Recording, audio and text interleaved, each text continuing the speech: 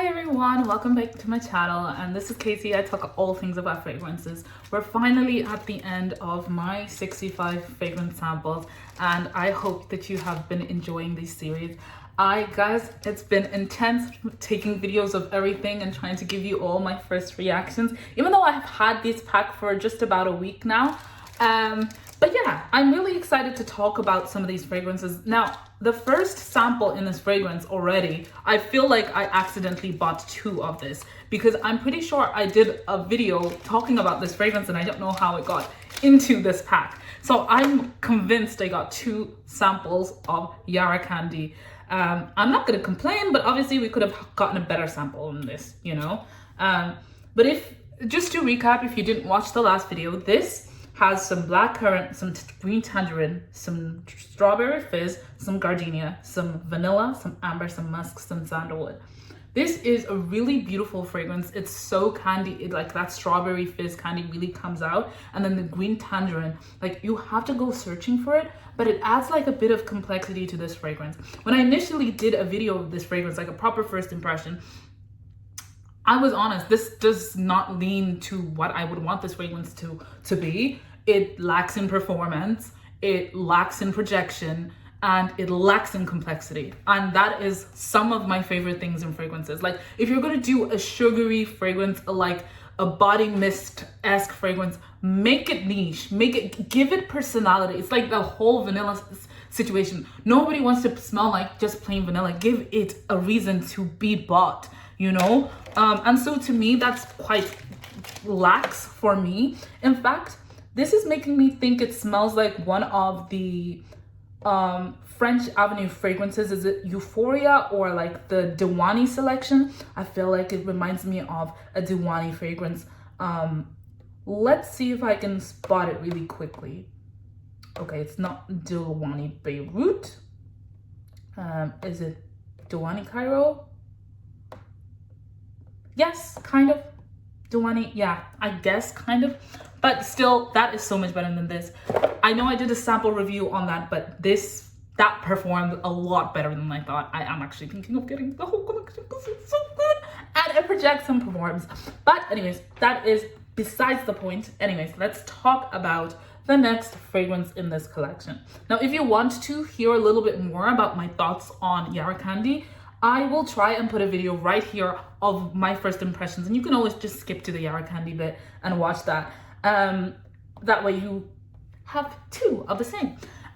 Next is Ignite Oud by Ahmed Al Maghribi.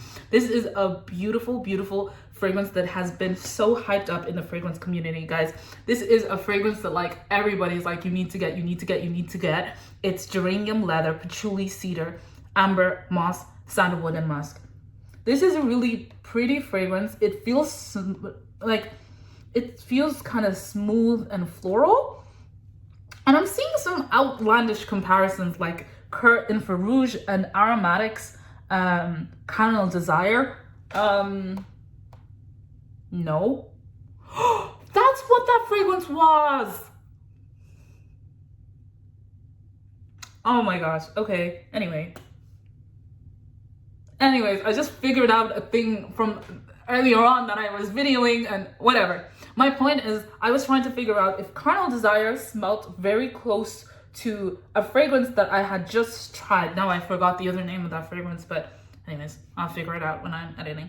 But anyways, my point is, Ignite Oud is beautiful. I don't see it leaning towards Curt Infrarouge. I haven't smelled it at all, but like thinking of the DMAs, I think it's quite unique. It is kind of sweet.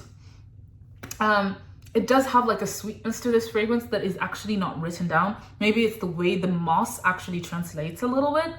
It does give that moss and patchouli and feeling of being kind of fizzy and spicy, like fizzy water kind of feeling. But it is to me just like almost, and yeah, it's almost typical, but I feel like a man would probably, or someone who enjoys masculine leaning fragrances would enjoy this a lot more than me. It just gives me a little bit redundant, but in a new take, you know? Like I feel like this needs a comparison towards the fragrances that are in that DNA. Because me personally, I feel like, okay, if I really want one, I'll probably pick one, but there is no reason to be having like different takes of the same fragrance at all. I actually think the one that I just did now was actually a better pick for me than this, because that one, it was the Luna Valley, because that one had cotton candy and fruity, and even though there's no fruity or sweetness attached to this fragrance, I smell it, guys. I really smell it. I really smell it. And I feel like that and La Luna Valley are quite close, only this is a little bit more sweeter and alive. I definitely see maybe the sugar could like come off on a woman and really like encapsulate you and like, oh, but I wouldn't say it's a favorite for me personally. So yeah, that's my take. There's nothing like particularly wow about it for me, unfortunately. Okay, next is Rose Musk. This is a fragrance that I have been interested. The bottle is bloody gorgeous. Like, I have wanted to smell this bottle for so long. If you guys watched the video before this, there is another version of this. There is another sister in this fragrance collection called I forgot, Rose Honey, and that is like so close to like tobacco. I want to say 1-on-1 from memory. I have to bring it close and do like a 1-on-1 check, but guys, that one is a must buy, no questions asked. But anyways, this has nothing that it says it reminds anyone of. It smells like, it has blackcurrant leaf, grapefruit, rose, jasmine, vanilla, musk. Originally, if you were to smell this fragrance or see the name, you would think it would smell like Rose's Musk or a la Rose or something in that family. No, this is like Rose Jasmine. I barely smell the vanilla and grapefruit. So it's grapefruit, rose, jasmine. Smells like a typical designer fragrance. In fact, it's kind of reminding me of Jamila by Martine Martin. I always get mixed up. Is it Jamila or let's see, I'm gonna do some research now. Either it's Jamila or it's Morado. Let's see what Morado's notes look like. Actually, they're quite similar, but I feel like it's Jamila that it's reminding me of. Like, and I think Jamila is supposed to be close to My Way. No, it doesn't really like, it kind of smells like that, but it lacks the fruitiness and all that kind of stuff. But my point is, it just kind of takes that lean. It doesn't really leave a huge impression in comparison to how I felt about Rose Honey. This is, I mean, it's expected though, because this is not really my type of fragrance. Like, I don't really love jasmines. Like, it really has to be a good jasmine. And this is very much white floral, a bit of rose, and maybe some musk. But even then, I don't really like musk, but like I don't really feel the musk front and center. But I definitely think it gives it personality in the sense that you can kind of understand, like it gives like clean scent and whatever musk is supposed to give. I don't really like it. To me, it just kind of gives off real screechy vibes. So yeah, that's my take on that fragrance.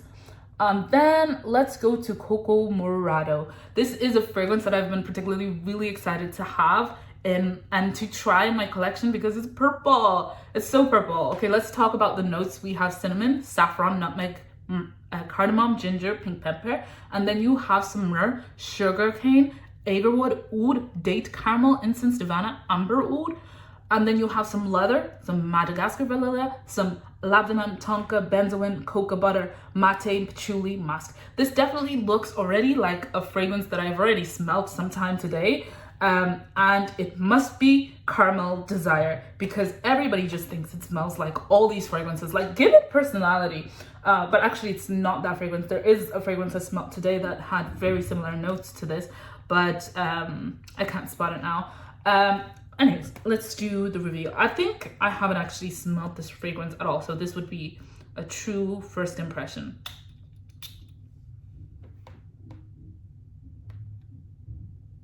Okay, someone is saying it smells like a muted version of Swiss Arabian Asrar.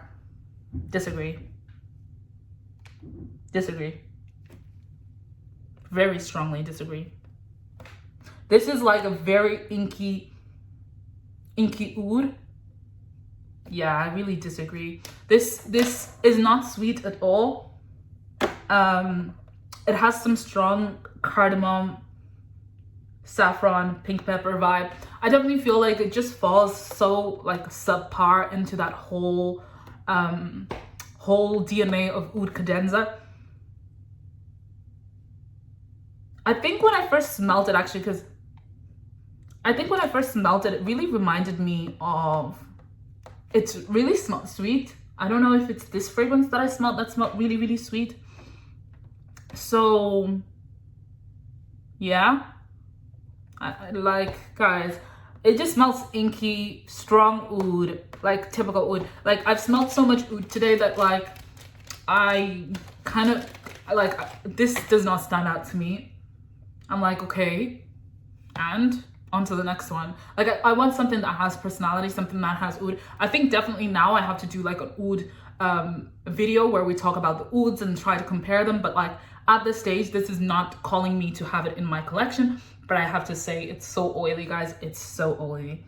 So it would last. Okay, another oud fragrance. This is Oud Classic. This is Oud Classic. Whew, I have been hearing all my favorite YouTubers talk about this being an absolute must buy, and I completely got it. I completely got it. The minute I got this fragrance, I tried it and I was like, oh, okay, I get why you get compliments. It has saffron, cinnamon, cardamom, ginger, nutmeg, pink pepper. What does that remind you of? What we just smelled? Dates, caramel, agarwood, sugarcane, incense. Oh, no one can tell me these are not the same fragrance notes. Amberwood, myrrh, davana, Madagascar, vanilla, tonka, cocoa, guys, cocoa butter, leather, benzoin, musk, labdanum, patchouli, mate. Guys, what did I just read? That's one-on-one. The same notes. But they smell so different. This is like so much more fruity, lighter, seasonal.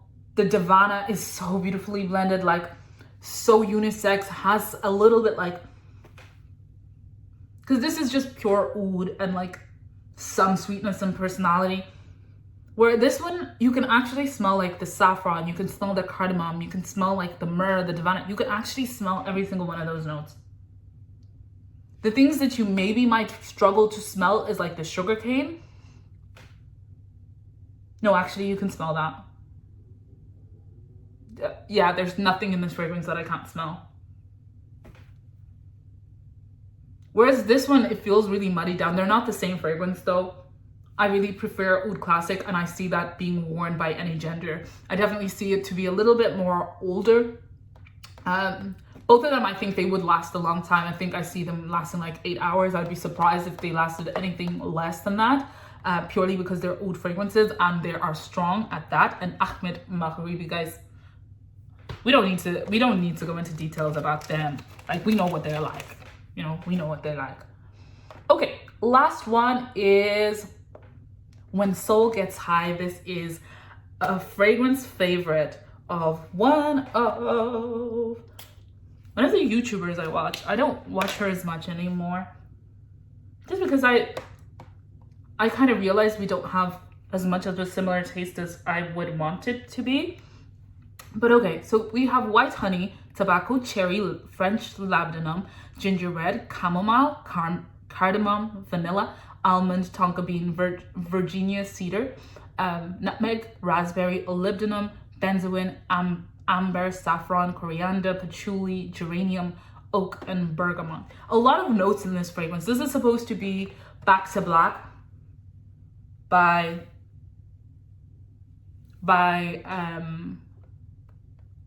Killian.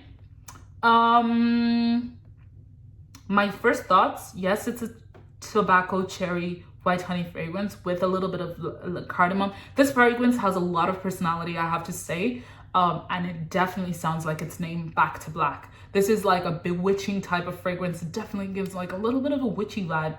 Maybe it's I feel like there might be incense in this fragrance, or maybe it's the coriander and the benzoins that are coming out, is very, very resinous. It's very, very resinous. There's no question about that. So it's more of a resin, a tobacco, semi-cherry, not like a deep sweet cherry, but like a cherry, not even a cherry liqueur, like just like a, like unsweetened cherry, like just a cherry essence.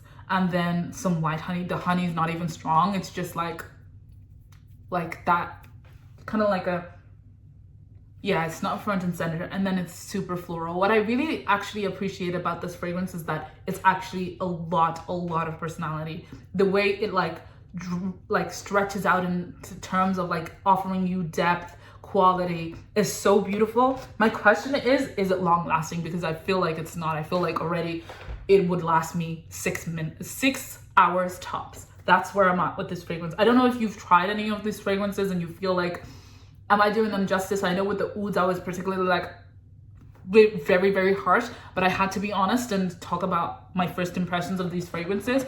If nothing stood out, nothing stood out, and it is what it is, you know, that we can't force some things. But yeah, until next time, let's talk soon. Bye.